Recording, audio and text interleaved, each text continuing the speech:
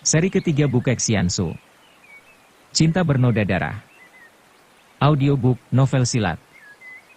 Cerita, Ho Ping Hu. Bab 4. Itulah yang selalu mengganggu hati mendiang ayahmu. Ketika mendengar bahwa ayahmu akan menikah dengan ibumu, Bu Song, anak yang keras hati seperti ibunya itu, diam-diam minggat pada malam hari dan sampai saat ini tidak diketahui di mana tempat tinggalnya. Hening sejenak. 3 orang anak itu merasa terharu. Apakah ayah tidak mencarinya, Suko? Tanya Xian Eng. Tentu saja.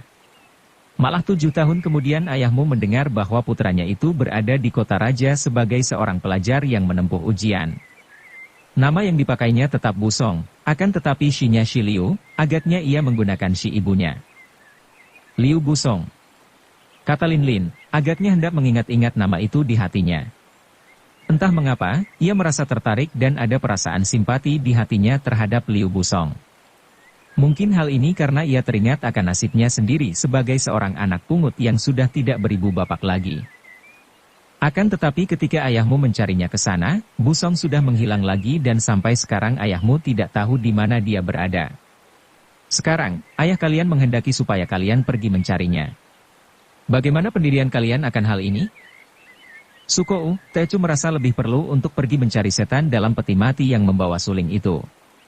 Tecu takkan mau pulang sebelum dapat membalas dendam atas kematian ayah dan ibu. Tecu juga. Kata Xian Eng. Tentu saja Tecu juga. Sambung Lin Lin. Akan tetapi juga akan Tecu cari sampai dapat dia itu. Kakak Bu Song.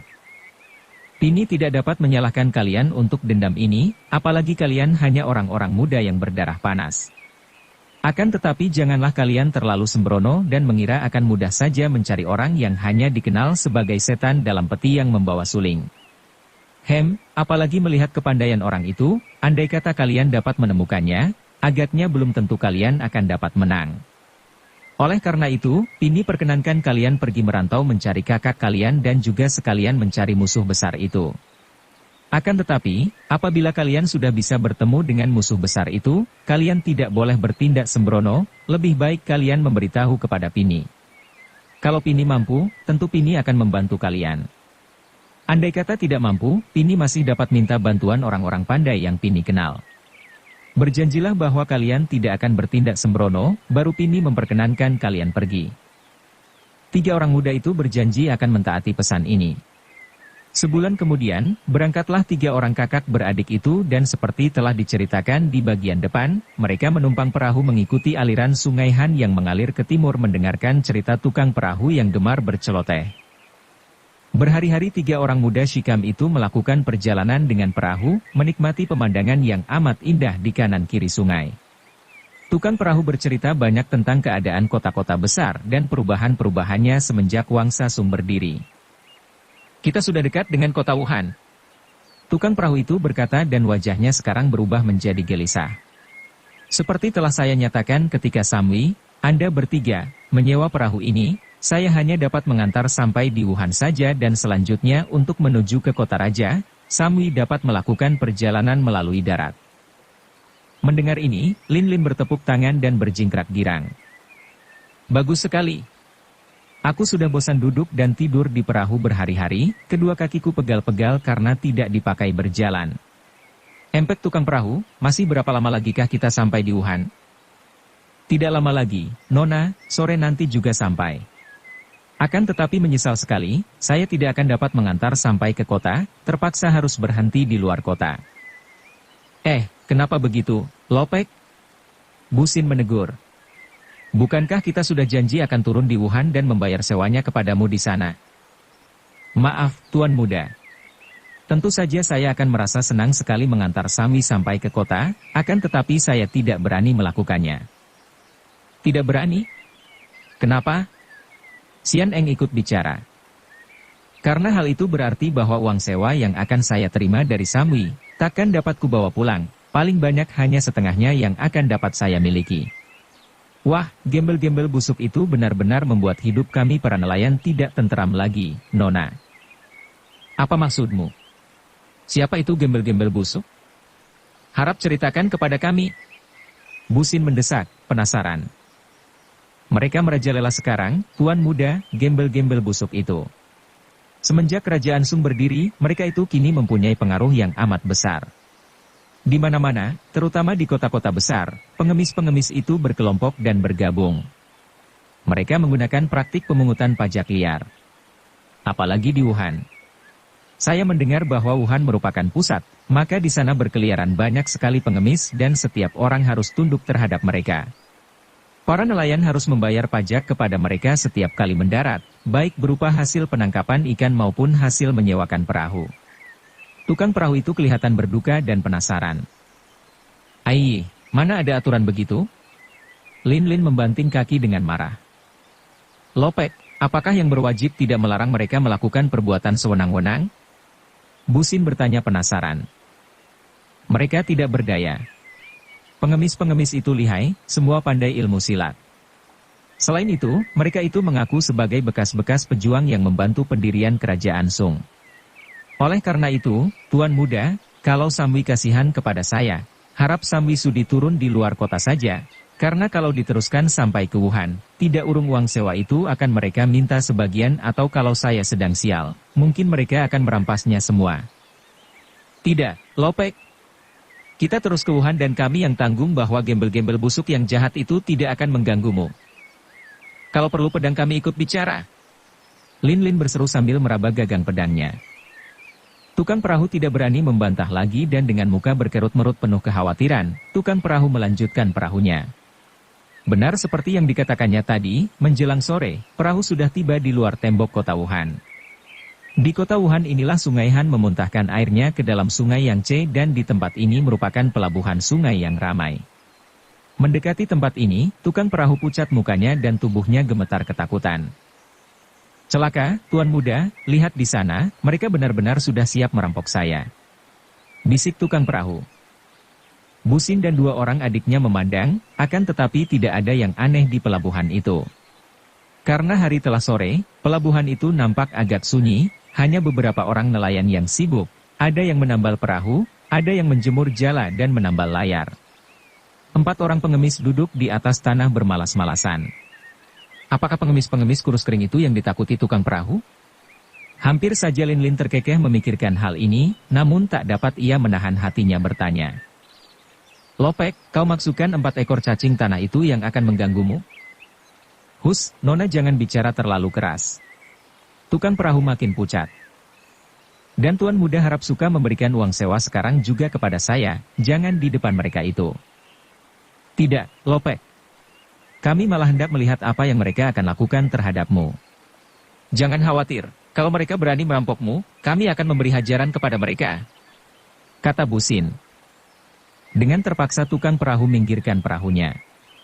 4 orang pengemis itu menoleh ke arah perahu. Seorang di antara mereka yang hidungnya bengkok, menguap lalu berkata keras tanpa berdiri dari tempat duduknya di atas tanah. "Hei, tukang perahu, dari manakah kau?" Mengherankan sekali melihat seorang pengemis menegur secara begini dan si tukang perahu menjawab dengan sikap hormat, "Kami datang dari daerah Provinsi Shenxi, Dusun Lakeibun dekat Sungai Han." 4 orang pengemis itu sekarang berdiri mengulet dan menguap. Si hidung bengkok melangkah lebar menghampiri, tanpa pedulikan Busin dan 2 orang adik perempuannya yang sudah meloncat turun dan berdiri memandang dengan mata tajam. "Hohohoho, perjalanan yang jauh sekali. Tentu biayanya banyak. Berapa kau terima?" Hanya 20 tael. "Itu pun belum saya terima," jawab si tukang perahu ketakutan. "Goblok benar. Sejauh itu hanya 20 tael? Kau ditipu. Atau kau yang bohong? Setidaknya harus 50 tael." "Betul, sahabat. Hanya 20 tael, akan tetapi Tuan Muda dan kedua nona ini membagi makan dengan saya dan..." Lin Lin sudah tidak sabar lagi mendengarkan percakapan ini. Ia melangkah maju dan telunjuk kanannya yang runcing menuding muka pengemis itu. "Ih, kau ini pengemis tukang minta-minta ataukah perampok? Ada sangkut paut apa denganmu tentang urusan kami dengan tukang perahu?" "Hahaha, Loheng, kakak, kau lihat anak ayam ini. Nona cantik, kau belum mengenal kami, ya? Kalau kau tahu siapa aku, kau akan lari terkencing-kencing." 4 Empat orang pengemis itu tertawa mendengar ucapan terakhir ini. Gembel busuk. Siapa sudi mengenal macammu? Aku hanya tahu bahwa kau seorang gembel kotor yang berhidung bengkok. Minggat dari sini kalau kau tidak ingin aku membikin hancur hidungmu yang bengkok dan menjijikkan itu. Lin Lin membentak dan melangkah maju. Busin dan Xian Eng yang sudah mengenal watak Lin Lin, tidak mau mencegah, apalagi mereka memang mendongkol menyaksikan sikap para pengemis itu. Mereka siap menghadapi pertempuran dan membantu Lin Lin. Pengemis berhidung bengkok marah sekali. Dengan sikap memandang rendah ia mendekati Lin Lin. Bocah liar, kau perlu dihajar. Lengannya yang panjang itu diulur maju dengan jari-jari tangan terbuka, agaknya hendak menangkap Lin Lin. Gadis ini tentu saja tidak sudi membiarkan pengemis itu menyentuhnya. Tubuhnya berkelebat cepat sekali, kaki kirinya melayang ke atas dan prak. Ujung sepatunya telah mencium muka pengemis itu dengan keras. Si pengemis terhuyung ke belakang, mengaduh kesakitan sambil menutupi mukanya. Darah bercucuran keluar dari hidungnya yang kini menjadi makin miring dan bengkok ke kiri. Matanya yang kanan menjadi hitam dan tak dapat dibuka lagi. Setan cilik, kalian berani mencari perkara dengan kami orang-orang dari Pek Hokaipang, perkumpulan pengemis Bangau Putih. 3 orang pengemis yang lain lalu bergerak menerjang Lin Lin. Gadis ini tertawa mengejek dan menghadapi mereka tanpa gentar sedikit pun juga. Busin dan Xian Eng tentu saja tidak mau berpeluk tangan melihat Lin Lin hendak dikeroyok. Gembel-gembel jahat, jangan kurang ajar. Xian Eng berseru dan tubuhnya berkelebat menghadapi seorang pengemis. Busin tanpa mengeluarkan suara juga menerjang maju menghadapi pengemis kedua. Adapun pengemis yang memaki tadi, sudah bertanding melawan Lin Lin. 3 orang muda ini tidak mau mempergunakan pedang ketika melihat bahwa lawan mereka hanyalah orang biasa saja yang mengandalkan ilmu silat pasaran dan hanya pandai main gertak saja. Lin Lin menghadapi lawannya sambil tertawa-tawa, mempermainkannya dengan kelincahan tubuhnya sehingga semua serangan lawan itu hanya mengenal angin kosong belaka. Tempat yang tadinya sunyi itu kini penuh orang karena mereka ingin menonton pertempuran itu. Kejadian yang amat mengherankan mereka, akan tetapi diam-diam mereka mengkhawatirkan keselamatan 3 orang muda itu. Hampir setahun lamanya para pengemis Pek Hokaipang itu merajalela, tak seorang pun berani menentang mereka. Sekarang ada 3 orang muda asing yang datang-datang bertempur melawan pengemis-pengemis itu, tentu saja mereka amat tertarik dan berbondong-bondong datang menonton. Bahkan orang-orang dalam kota Wuhan yang mendengar berita ini, bergegas datang untuk menonton. Akan tetapi banyak di antara mereka terlambat karena ketika mereka datang ke pinggir sungai, pertempuran itu sudah selesai. Busin yang wataknya pendiam dan tidak mau main-main, segera dapat merobohkan lawannya dengan sebuah tendangan kilat. Pengemis itu terlempar, bergulingan dan tak dapat tertahan lagi tubuhnya menggelinding ke dalam sungai. Xian Eng juga merobohkan lawannya semenit kemudian. Pukulannya dengan tangan miring yang memasuki lambung lawan membuat pengemis lawannya itu roboh menekan-nekan perut dan meringis kesakitan, duduk berjongkok tak tentu geraknya, tapi tidak mampu bangun kembali. Lin Lin membentak dengan mengulur lengannya ke depan, menyetop pengemis yang menjadi lawannya. Pengemis itu kaget, mengira gadis itu benar-benar hanya menyetopnya saja. Ia pun berdiri dengan memasang kuda-kuda dan memandang heran. Berhenti dulu sebentar, ya. Lin Lin melangkah mendekati pengemis bekas lawan cicinya yang kini mendekam di atas tanah itu. Kakinya bergerak dan tubuh pengemis itu terlempar ke dalam sungai menyusul kawannya. Setelah melakukan hal ini, Lin Lin menghampiri lawannya kembali yang masih berdiri memasang kuda-kuda, lalu berkata manis. Nah, sekarang boleh teruskan. Sikap gadis yang lincah jenaka ini memancing ledakan ketawa daripada para penonton. Memang sudah terlalu lama mereka tertekan oleh para pengemis, merasa penasaran dan marah yang ditahan tahun. Sekarang ada 3 orang muda memberi hajaran, hati mereka lega dan puas. Biarpun biasanya mereka takut terhadap para pengemis Pek Hokaipang, sekarang menyaksikan sikap gadis remaja yang cantik jelita dan jenaka itu, mereka tak dapat menahan kegembiraan mereka. Lawan Lin Lin marah bukan main, sedangkan pengemis hidung bengkok yang menjadi orang pertama mendapatkan hajaran, siang-siang sudah meninggalkan tempat itu sambil mendekap hidungnya yang remuk. Kemarahan lawan Lin Lin membuat Lin Lin makin gembira. Ia tidak peduli betapa pengemis itu sudah mengeluarkan sebatang tongkat dan menyerang dengan tongkat di tangan. Wah, baunya yang tidak tahan. Lin Lin menggunakan tangan kiri memijat hidungnya dan kini hanya menghadapi tongkat pengemis itu dengan tangan kanan saja. Memang lincah sekali gerakan Lin Lin. Tongkat itu biarpun diputar dan dipukul-pukulkan bertubi-tubi, tak pernah dapat menyentuh ujung bajunya. Malah beberapa kali, dengan gerakan kilat, gadis ini sudah berhasil memutar ke belakang lawannya dan mengirim tendangan ke arah pantatnya sampai mengeluarkan suara plak. Dan debu mengebul dari celana yang kotor itu. Para penonton terkekeh-kekeh geli dan ada yang memegangi perut saking menahan tawa. "Lin Moi, lekas bereskan dia." Bu Xin mengerutkan kening, membentak adiknya. "Sudah beres, Sinko," jawab Lin Lin dan entah bagaimana lawannya tidak mengerti, tahu-tahu tongkatnya sudah terampas di tangan kanan gadis itu dan kini ia terpaksa terhuyung-huyung mundur dan miring ke kanan kiri karena digebuki dengan tongkatnya sendiri.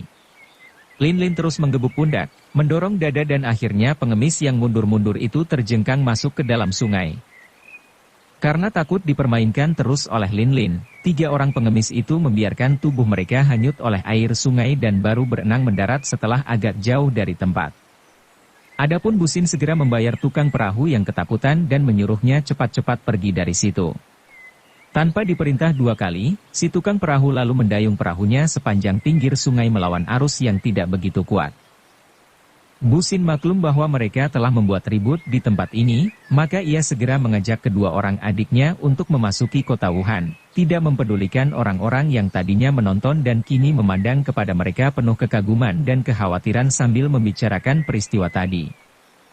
Karena malam telah tiba dan mereka merasa lelah sehingga tak mungkin melanjutkan perjalanan di waktu malam, Bu Xin mengajak 2 orang adiknya bermalam pada sebuah rumah penginapan yang berada di sebelah timur pusat kota. Sebuah rumah penginapan yang sederhana, namun cukup bersih. Di sepanjang perjalanan menuju ke rumah penginapan, mereka tidak pernah melihat adanya pengemis. Lega hati Bu Xin, karena ia sudah merasa khawatir kalau urusan itu berkepanjangan dan mereka akan menemui kesulitan dari kawan-kawan 4 orang pengemis tadi. "Wah, cerita empek tukang perahu tadi dilebih-lebihkan," kata Lin Lin. "Katanya di sini berkeliaran banyak pengemis jahat, mana buktinya?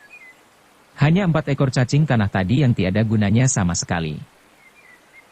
Lin Moi, kenapa sih kau agaknya ingin sekali melihat pengemis-pengemis lagi? Mau apa?" tegur Xian Eng setengah menggoda. "Ingin memberi hajaran lagi kalau mereka benar-benar jahat, biar kapok," jawab Lin Lin. "Lin Moi, jangan sembrono kau. Apakah kau kira setelah melihat 4 orang pengemis jahat tadi kau lalu menganggap bahwa semua pengemis jahat belaka? Yang tidak jahat patut dikasihani, seperti dia itu, bukankah patut dikasihani?" Bu Xin menunjuk ke arah seorang pengemis tua yang duduk kedinginan di bawah pohon yang berada di depan rumah penginapan. Lin Lin dan Xian Eng memandang. Memang patut dikasihani pengemis tua ini. Ia duduk bersila melenggut bersandarkan tongkat bututnya, pakaiannya penuh tambalan, tubuhnya menggigil kedinginan, rambutnya riap-riapan seperti rambut orang gila. Kakek ini sudah tua sekali, kedua matanya meram dan dari pinggir matanya keluar kotoran bertumpuk, bibirnya agak terbuka dan air liurnya bertetesan keluar. Menjijikkan, namun juga menimbulkan kasihan.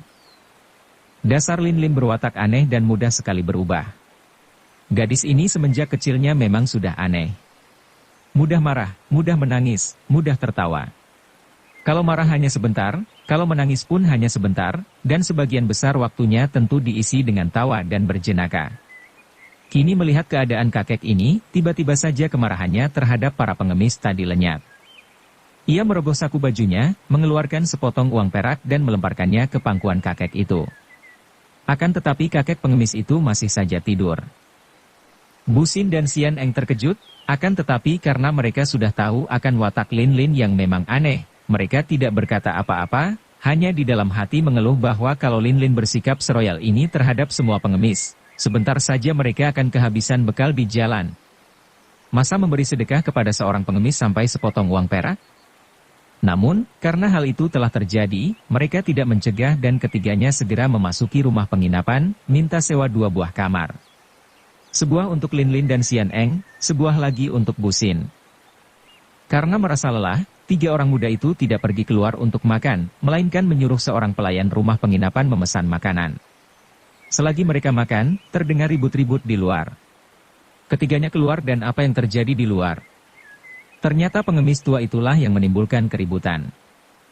Tadinya orang-orang di dalam ruangan depan rumah penginapan itu, yakni para tamu yang kebetulan duduk di ruangan depan, mendengar suara orang berteriak-teriak marah. Seorang pelayan wanita membawa lampu keluar dari ruangan untuk melihat apa gerangan yang terjadi. Kiranya pengemis tua itulah yang berteriak-teriak, "Nyamuk keparat! Nyamuk gila!" Kakek pengemis itu masih duduk, akan tetapi sekarang tubuhnya yang masih duduk itu terpental-pental ke atas dalam keadaan masih bersila. Debu mengebul di bawahnya ketika tubuhnya itu terbanting-banting, tangan kanannya mengusir nyamuk yang merubungnya, tangan kiri memegangi tongkat. Wanita pelayan itu kaget sekali. Siapa yang takkan menjadi kaget dan heran melihat orang duduk bersila dapat berloncatan seperti itu? Beberapa orang tamu berlari keluar dan sebentar saja banyak orang melihat kakek itu. Busin dan dua orang adiknya juga bergegas keluar, meninggalkan meja makan. Mereka bengong dan terkejut. Itulah pertunjukan ginkang yang hebat. Makin lama tubuh kakek itu meloncat makin tinggi seperti terbang, sedangkan keadaannya masih duduk bersila. Yang lebih hebat lagi, uang perak yang tadinya berada di pangkuan kakek itu sekarang berada di bawahnya, juga uang ini ikut berloncatan di bawah pantat si kakek gembel. Kakek itu masih bersungut-sungut, tapi kata-kata sambungannya yang tak dimengerti orang lain itu mengejutkan Busin dan adik-adiknya. "Keparat, uang perak membatalkan niatku membunuh 3 ekor nyamuk." Setelah berkata demikian, kakek itu melirik ke arah Busin dan adik-adiknya. Sekarang tampak oleh mereka bahwa kakek itu matanya buta sebelah. Kakek itu bangkit berdiri, meludah sekali, lalu berjalan pergi, terbongkok-bongkok dibantu tongkatnya. Orang-orang tertawa. Kakek itu gila, rupanya. Akan tetapi Busin dan adik-adiknya lebih mengerti. Sama sekali bukan kakek gila, melainkan seorang sakti yang luar biasa. Apalagi ketika mereka memandang lebih jelas, kiranya uang perak yang tadi masih ditinggalkan di situ dan uang itulah yang tadi diludahi si kakek. Ketika Busin membungkuk untuk melihat lebih jelas, uang itu ternyata telah melesak dan melengkung oleh ludah. Pucat wajah Busin. Celaka. Tentu yang dimaksudkan dengan 3 ekor nyamuk tadi adalah kita bertiga. Tanpa banyak cakap lagi ia lalu mengajak 2 orang adiknya masuk ke dalam kamar, membereskan bekal pakaian dan malam itu juga ia mengajak adik-adiknya meninggalkan kota Wuhan. Kenapa kau seperti orang ketakutan?" tanya Lin Lin. "Lin Moy, karena perbuatanmu memberi sedekah tadi, nyawa kita sampai detik ini masih selamat," jawab Busin sambil mengajak 2 orang adiknya berjalan cepat. Apa maksudmu, Koko?" Sian Eng kaget sekali, juga Lin Lin memandang kakaknya dengan mata terbelalak. "Kalian ini bocah-bocah sembrono sekali. Tidak lihatkah tadi betapa kakek pengemis itu memperlihatkan ilmu ginkang yang amat luar biasa? Dan uang perak itu, diludahi saja menjadi bengkok dan rusak. Tidak salah lagi, dia tentu seorang sakti dan melihat pakaiannya, agaknya dia seorang di antara pimpinan perkumpulan pengemis. Lupakah kalian akan kata-katanya tadi bahwa uang perak membatalkan niatnya membunuh 3 ekor nyamuk? Tentu yang ia maksudkan 3 ekor nyamuk adalah kita bertiga. Agaknya dia tadinya bermaksud membunuh kita bertiga, akan tetapi karena Lin Lin memberinya sepotong uang perak, ia membatalkan niatnya. Sungguh berbahaya. Kakek keparat. Kita menaruh kasihan dan memberi sedekah, dia malah menghina, menyebut kita nyamuk dan memandang rendah sekali. Sinko, kenapa kau tadi tidak bilang kepadaku? Sedikitnya aku dapat mencoba kepandaiannya. Sampai di mana sih tingginya maka dia begitu sombong. Lin Moy, jangan bicara sembarangan. Dia orang sakti. Bentak Busin. Aku tidak takut. Lin Lin mengedikkan kepala membusungkan dada. Busin hendak marah, akan tetapi segera ditekannya perasaannya. Ia tidak bisa marah kepada Lin Lin. Pertama karena memang ia amat sayang kepada adik angkatnya ini, kedua, karena ia merasa tidak enak kalau harus marah kepada adik angkat, khawatir kalau Lin Lin merasa dibedakan. Memang, biarpun masih muda, Busin mempunyai watak yang baik sekali. Lin Moy, lain kali kau harus mentaati kata-kata Koko, jangan banyak membantah. Kau membikin Sinko menjadi bingung dan marah saja. Sian Eng menegur Lin Lin. Setelah ditegur, barulah Lin Lin insyaf. Sambil tertawa ia menyambar tangan Busin. Sinko, apakah kau marah kepadaku? Apakah aku banyak rewel? Ampunkan saja aku, ya kakak yang baik. Mau tak mau Bu Xin tertawa juga. Memang aku nakal, tapi tidak galak seperti Enci Xian Eng. Lin Lin mengerling ke arah cicinya. Kini Xian Eng yang cemberut dan tangannya menyambar hendak mencubit lengan adiknya. Lin Lin meloncat, lari memutari tubuh Bu Xin dan menjerit-jerit, "Sinko, tolong. Enci galak mau bunuh aku." "Hush, gila kau, Lin Moi. Masa bunuh? Siapa yang bunuh? Memangnya kau ini seekor semut, gampang saja dibunuh." Terpaksa Xian Eng menghentikan kejarannya. Tak berdaya ia terhadap adik yang nakal ini. Tanpa terasa karena di sepanjang jalan mereka bersenda gurau, 3 orang muda ini sudah keluar dari kota Wuhan, melalui pintu kota sebelah timur. Malam telah larut dan keadaan amat gelap karena langit hanya diterangi bintang-bintang. Amat sukar melakukan perjalanan di malam gelap, apalagi kalau orang tidak mengenal jalan. 3 orang muda itu selamanya belum pernah melewati jalan itu. "Sinko, kita tidak tahu mana jurusan ke kota raja, dan aku amat lelah." Xian Eng mengomel. "Sebaiknya kita menunda perjalanan malam ini dan melanjutkannya esok pagi-pagi. Kita sudah keluar dari Wuhan sekarang, boleh saja berhenti. Akan tetapi di mana harus beristirahat? Tidak ada sebuah rumah pun, sejak tadi tidak terlihat api rumah penduduk. Agaknya daerah ini jauh daripada dusun," kata Bu Xin. "Hi, kalian lihat. Bukankah di sana itu rumah? Tapi gelap amat." Lin Lin tiba-tiba berkata. Mereka melihat dan benar saja. Di antara kegelapan malam yang disinari bintang-bintang di langit itu tampak bayangan sebuah bangunan rumah di sebelah kiri. Seperti diberi komando ketiganya menghampiri rumah itu dan setelah mereka berada di pekarangan depan, kiranya itu adalah sebuah kelenteng yang sudah tua dan tidak terpakai lagi. "Kita istirahat di sini melewatkan malam," kata Bu Xin dengan hati lega. Biarpun hanya sebuah kelenteng tua dan rusak, namun cukup lumayan dan jauh lebih baik daripada bermalam di tengah jalan, di udara terbuka. Baru saja mereka membersihkan lantai yang berdebu dan duduk, tiba-tiba tampak sinar api dan di depan kelenteng tua itu telah berdiri belasan orang yang memegang obor. 3 orang muda itu memandang dan terkejutlah mereka ketika melihat bahwa 14 orang itu berpakaian seperti pengemis. "Kalian mau apa?" bentak Lin Lin yang sudah meloncat berdiri bersama 2 orang saudaranya. Seorang kakek pengemis bertubuh pendek gemuk, agaknya pemimpin rombongan itu karena dia seorang yang tidak memegang obor, tersenyum lebar dan berkata, "Samui sudah merobohkan 4 orang anak buah kami, sekarang Pangcu kami memanggil Samui menghadap." Bu Xin tidak heran menghadapi rombongan ini karena memang ia sudah mengkhawatirkan akibat daripada sepak terjang mereka di tepi sungai sore tadi. Ia seorang pemuda yang waspada dan hati-hati, akan tetapi mendengar ucapan yang amat memandang rendah itu, ia menjadi mendongkol juga. Biarpun pemimpin mereka seorang Pangcu, akan tetapi hanya ketua pengemis saja, bagaimana berani memanggil mereka menghadap seperti sikap pembesar saja? "Lopek, peristiwa sore tadi adalah karena kesalahan teman-temanmu sendiri yang hendak melakukan perampokan sehingga terpaksa kami orang-orang muda turun tangan. Kami tidak mempunyai urusan dengan perkumpulan kalian, juga tidak mengenal ketua kalian. Kalau dia mempunyai urusan dengan kami, persilakan dia datang ke sini bicara," jawabnya dengan suara angkuh dan sikap tenang. Kakek pengemis gemuk pendek itu tiba-tiba tertawa. "Hahaha, baru bisa merobohkan 4 orang anak buah kami yang tiada guna saja kalian sudah besar kepala. Ah, kalian seperti anak burung yang baru belajar terbang, tidak mengenal tingginya langit luasnya lautan. Orang muda, Pangcu kami memanggil kalian menghadap dengan baik-baik, harap kalian mengerti dan dapat menghargai kesabaran ini. Jangan sampai aku orang tua turun tangan terhadap bocah-bocah nakal, aku malu untuk berbuat demikian." Seakan meledak rasa dada Lin Lin mendengar ucapan yang amat memandang rendah ini. Ia meloncat maju dan membentak, "Pengemis tua bangka sombong, kau kira kami takut kepadamu? Biar Pangcumu datang sendiri, kami tidak akan takut. Kami tidak mau datang, kalian mau apa?" "Hoho, benar-benar seperti katak dalam tempurung. Orang-orang muda, apakah kalian datang dari wilayah kerajaan Houhan di Shanxi?" "Memang kami datang dari wilayah Houhan, dan kami adalah sebangsa Houhan, orang-orang gagah. Apakah kalian baru tahu sekarang?" Lin Lin yang pandai bicara itu menjawab, mendahului kakaknya yang masih diam saja.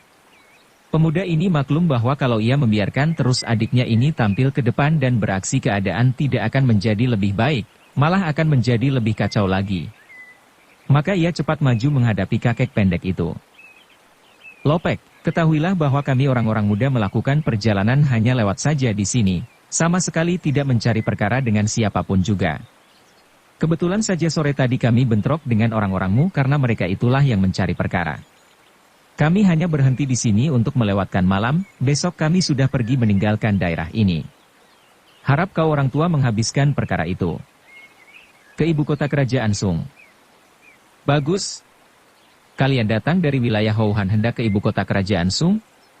Orang muda, mari ikut dengan kami menghadapi pangcu kami." Marah juga Busin. Kakek pengemis ini terlalu memandang rendah.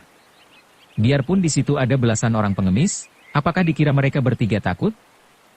"Kami tidak akan ikut denganmu," jawabnya sambil mencabut pedang, diturut oleh Xian Eng dan Lin Lin. Tiga orang muda ini seperti tiga ekor harimau memperlihatkan taring, dengan pedang di tangan mereka siap menghadapi pengeroyokan. Sedikit pun mereka tidak merasa takut.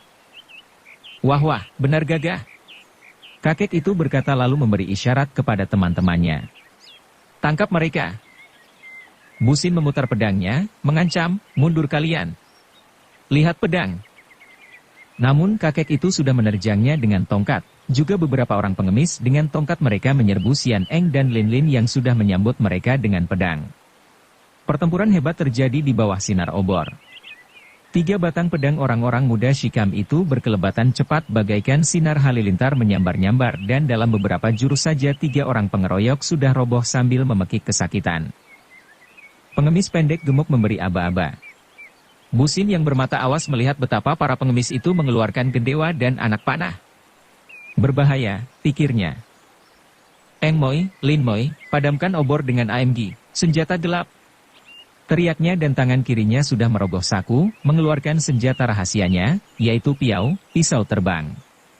Tangan kirinya bergerak cepat, dua batang piau menyambar dan terdengar pekik dua orang pemegang obor. Tangan mereka terhujam piau dan obor yang mereka pegang jatuh, padam. Lin Lin dan Xian Eng juga sudah mempergunakan kelihayan mereka dengan senjata rahasia mereka, yaitu jarum-jarum halus. Dalam waktu singkat obor-obor itu runtuh dan padam. Busin mempergunakan kesempatan selagi keadaan gelap ini, memberi isyarat kepada kedua orang adiknya.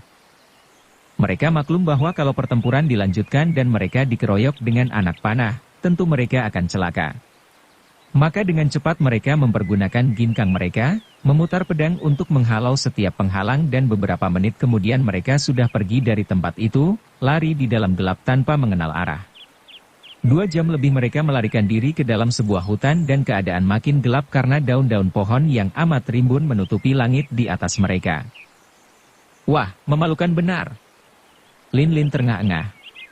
"Kita lari-lari seperti 3 ekor kelinci dikejar-kejar harimau." Suaranya jelas menyatakan bahwa ia tak senang melarikan diri ini, merasa sebal dan penasaran. Busin dan Xian Eng juga berhenti, menyusut keringat dengan ujung lengan baju. "Wah, berbahaya benar," kata Busin.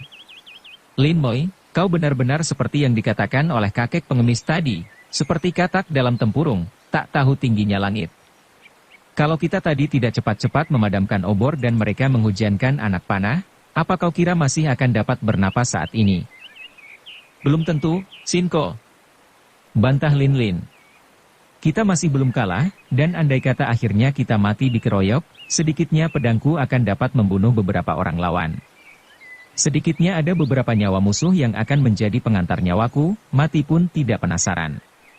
Kalau lari-lari seperti ini, benar-benar baru disebut penasaran besar." Busin hanya tersenyum. Ia mengenal watak Lin Lin yang nakal dan amat berani itu dan diam-diam ia merasa khawatir kalau adik angkat ini akan menimbulkan gara-gara kelak. Karena keadaan amat gelap dan mereka tidak dapat mengenal jalan, 3 orang muda itu lalu naik ke atas pohon yang terpaksa bermalam di situ seperti 3 ekor kera kedinginan. Lin Lin tiada hentinya mengomel. Akan tetapi karena mereka amat lelah, mereka dapat tertidur juga di atas pohon dan baru mereka bangun setelah di situ ramai oleh suara burung berkicau menyambut datangnya pagi. Ketika Lin Lin dan Xian Eng membuka mata, mereka melihat Busin sudah duduk dan memberi tanda dengan telunjuk di depan mulut, menyuruh mereka tidak membuat suara lalu menuding ke bawah. Mereka memandang dan wajah mereka berubah. Jauh di bawah, kira-kira 100 meter dari pohon tempat mereka bersembunyi, tampak seorang kakek gembel berdiri bersandar tongkatnya. Kakek yang bongkok, rambutnya riap-riapan dan matanya buta sebelah. Kakek pengemis yang pernah mereka lihat di depan rumah penginapan, yang diberi uang perak oleh Lin Lin dan kemudian meludahi uang itu sampai penyok.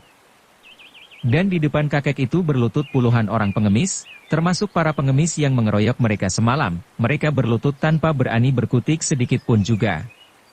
Kakek pengemis bongkok itu terdengar marah-marah. "Kalian anjing-anjing tiada guna!"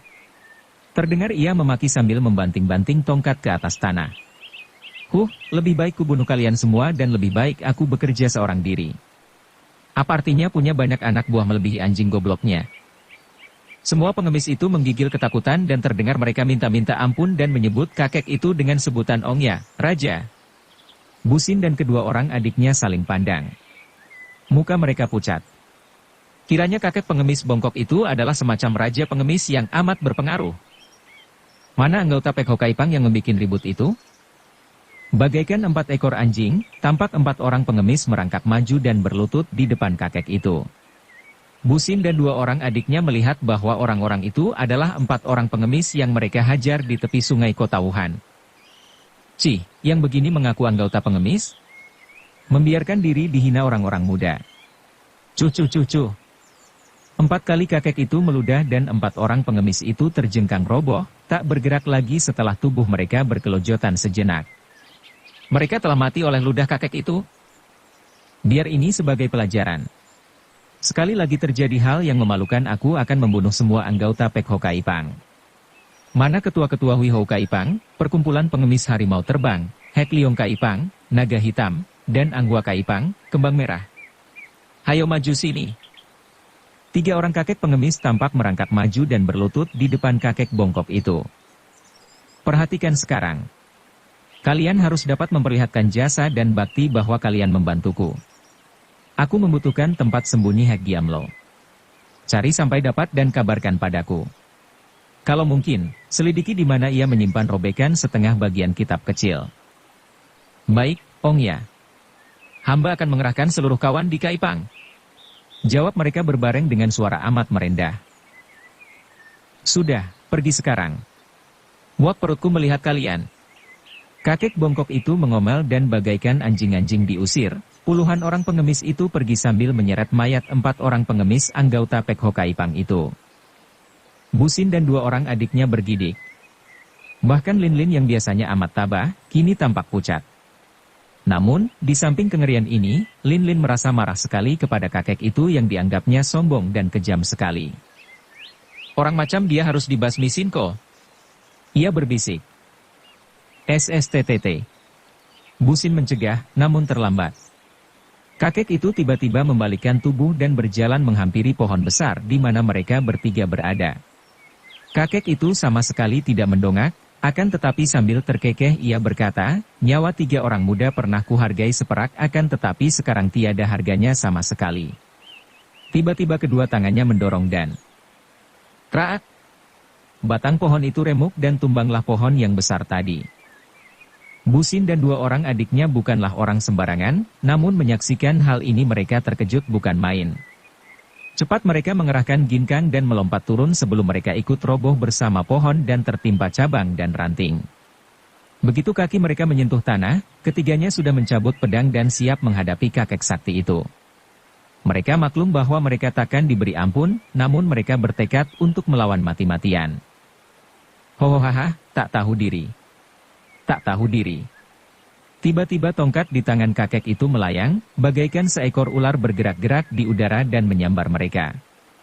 Busin, Xian Eng dan Lin Lin cepat mengangkat pedang membacok. Trang! 3 batang pedang di tangan mereka terlepas dari tangan, runtuh di atas tanah depan mereka, sedangkan tongkat itu terpental kembali, melayang ke tangan si kakek bongkok yang tertawa berkakakan. Busin dan 2 orang gadis itu terlalu kaget dan heran akan kesaktian lawan, sehingga mereka diam tak bergerak, berdiri seperti patung dan agaknya hanya menanti datangnya pukulan maut. Pada saat itu, terdengar suara suling, nyaring melengking bergema di seluruh hutan, makin lama makin dekat. Busin dan 2 orang gadis itu tak kuasa mendengar lebih lama lagi, jantung mereka terguncang dan tubuh mereka menggigil. Terpaksa mereka menggunakan kedua tangan untuk menutupi telinga. Biarpun demikian, masih saja suara lengking tinggi itu menembus dan membuat telinga terasa sakit sekali.